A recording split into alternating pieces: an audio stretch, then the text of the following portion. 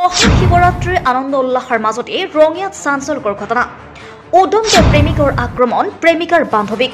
মহাশিবৰাত্ৰিৰ পবিত্ৰ পূজাৰ আনন্দ উল্লাসৰ মাজতে ৰঙিয়াত সংঘটিত হ'ল এক চাঞ্চল্যকৰ ঘটনা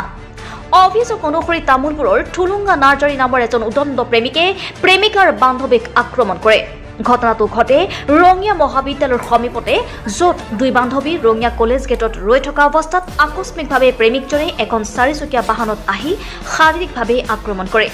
আক্ৰোশিত প্ৰেমিকজনে কলেজৰ ছাত্ৰীসকল থকা ৰুমটো লণ্ডভণ্ড কৰাৰ লগতে প্ৰেমিকাৰ বান্ধৱীগৰাকীকো শাৰীৰিকভাৱে অপদস্থ কৰে এই আকস্মিক ঘটনাই অঞ্চলজুৰি এক হুলস্থুলীয়া পৰিৱেশৰ সৃষ্টি কৰে আতংকিত স্থানীয় লোকসকলে বিষয়টো লক্ষ্য কৰি তৎক্ষণাৎ প্ৰতিবাদ জনায় স্থানীয় সচেতন ৰাইজৰ তৎপৰতাতে পৰিস্থিতি কিছু পৰিমাণে নিয়ন্ত্ৰণ হয়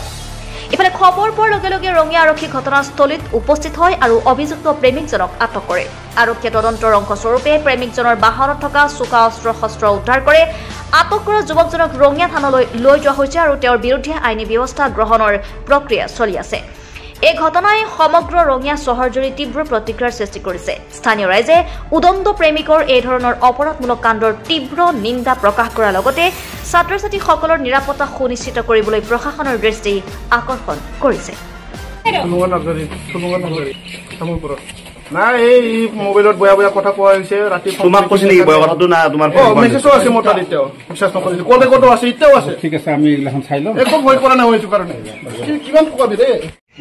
মই ইয়াতে মোৰ ওচৰতে ঘৰ হলে মানে আটামান হাল্লা চাল্লা খুচিয়াৰ বহৰ শুনি কেনে সোমালো ইয়াতে গম পালো যে এজন ল'ৰা এজন নাগৰিজুলিৰ পৰা আহি কেনে ইয়াতে ষ্টুডেণ্টে হয় ল'ৰাজন আকৌ ইয়াৰে ষ্টুডেণ্ট নহয় ল'ৰাজনৰ ঘৰ নাগৰিজুলি ছোৱালী দুজনী ইয়াতে পঢ়ে দুটা বান্ধৱী বুলি কৈছে হলে এজনী ছোৱালীৰ মানে দুটাৰ মাজত কিবা তৰ্ক বিতৰ্ক নে কিবা হৈছে বেয়া হৈছে এইটো নাজানো ল'ৰাটো আহি কেনে মানে ডাইৰেক্ট ৰুমত সোমাই ডিব্ৰুগড়তে অলপ বেয়াজাৰ হাত দিছে মাৰধৰ কৰিছে আৰু সেইখিনিয়ে তাৰপিছত মিডিয়াকো খবৰ দিয়া হ'ল পুলিচক খবৰ দিয়া হ'ল গাৰ্লফ্ৰেণ্ডৰ বান্ধৱীক মাৰিছে আহি কেনে ৰঙিয়াৰ পৰা বিশেষ প্ৰতিবেদকৰ ৰিপৰ্ট NB লাইভ